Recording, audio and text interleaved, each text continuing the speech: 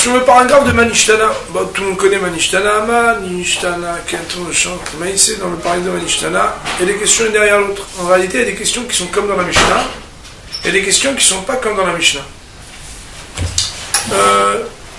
Alors, on va étudier ce qu'il dit le Shiurei Da'at. Le Shiurei Da'at, c'était le Telzer Rebbe, le Rebbe de Telz, qui est en Amérique. Et il explique quelque chose d'extraordinaire. Parce qu'en réalité, on commence par une question. Manishtana la glazé. En réalité, on peut énoncer, expliquer directement. Pourquoi on a commencé à faire j'ai des questions. Alors il dit une idée extraordinaire. Regardez comment c'est marqué.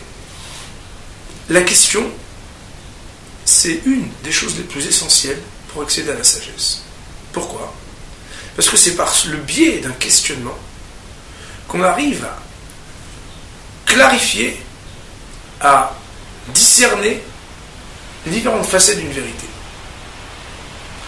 C'est-à-dire qu'à partir du moment où on commence par une grande question, et qu'à cause de cette question, on arrive à essayer, à chercher, à enquêter pour savoir comment répondre à cette problématique, on approfondit les choses. Savoir une vérité, c'est bien, mais l'énoncer sous forme de question-réponse, c'est forcément approfondir les choses. Et la plupart donc des fois où l'on veut accéder à une connaissance profonde, on est obligé d'abord d'énoncer des questionnements sur les choses. Alors le Rav nous dit, et c'est la partie que j'ai soulignée, ce principe-là qui veut dire que le fait de questionner, c'est ce qui amène à comprendre profondément les choses. Ben, nos maîtres, ils nous l'ont enseigné, parce qu'ils nous ont dit que une des différences entre la misa de se rappeler de la sortie d'Égypte, ce qu'on appelle la zechila, qu'on fait tous les jours, et la misa de Sipur d'Yetziat Israël, et la misa de raconter, une des différences, c'est que la mitzvah de raconter, on est obligé de la faire derech she'ela v'teshuva, c'est-à-dire en questionnant et en répondant. Et ce qui est extraordinaire, c'est que normalement, l'enfant il doit questionner. C'est pour ça qu'on met un truc bizarre, on change l'ordre, etc., pour que ça l'interprète. Mais même deux Talmidei Chachamim qui connaissent déjà tout, ils doivent se questionner.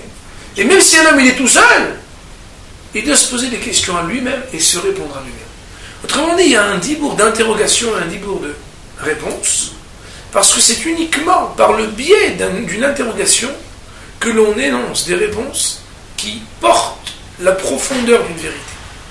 Dire des phrases déclaratives, c'est pas approfondir autant que si la même vérité, on l'énonçait par le fait de questionner et de répondre. Chacun, il peut en faire on va dire l'expérience. Ce qui est très intéressant, c'est que nos maîtres nous disent qu'une question bien énoncée porte en elle déjà la moitié de la réponse. D'ailleurs, on verra que quand on parlera des 4 fils, ce qui va caractériser chacun des fils, à savoir s'il est Hacham, Raja, Tam ou Enoyodea, ben c'est la manière avec laquelle il va se questionner. Dans la vie, quand on veut savoir qui est quelqu'un, on regarde c'est quoi son centre d'intérêt, c'est quoi la question de sa vie.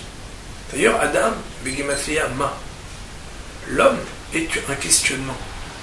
Qui es-tu? Quel homme tu es? C'est quel est ton questionnement. La manière avec laquelle tu t'intéresses, tu te questionnes pour telle et telle chose et pas pour telle ou telle autre, c'est ce qui vient définir ce que tu es, ton existence. Et la plupart du temps, les hommes se trompent à se poser des mauvaises questions. Quand on étudie un sujet de Gemara, ce qui est passionnant, c'est quand on se pose la bonne question. Et malheureusement, Binoti, Miklad Veyadar, des fois, on voit qu'on est passé à côté. Et au fur et à mesure, on éduque nos esprits à savoir quel est le vrai centre d'intérêt d'un sujet de Gemara, mais aussi des vrais sujets de la vie.